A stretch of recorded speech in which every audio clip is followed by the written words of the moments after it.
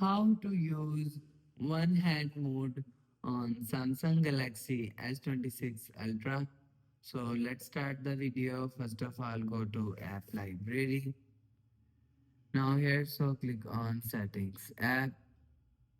Now in setting, scroll down. Scroll down and click on advanced features. You will see advanced feature is here, so click on advanced features. Now here, so you will see one-handed mode is here. So click on one-handed mode.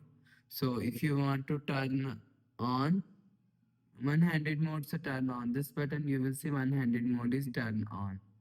So if you want to turn off one-handed mode, so turn off this button, you will see one-handed mode is turn off. So you will turn on or turn off one-handed mode from here.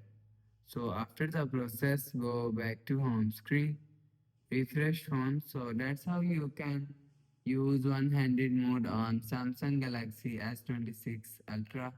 So if you like the video, please subscribe. Thanks for watching.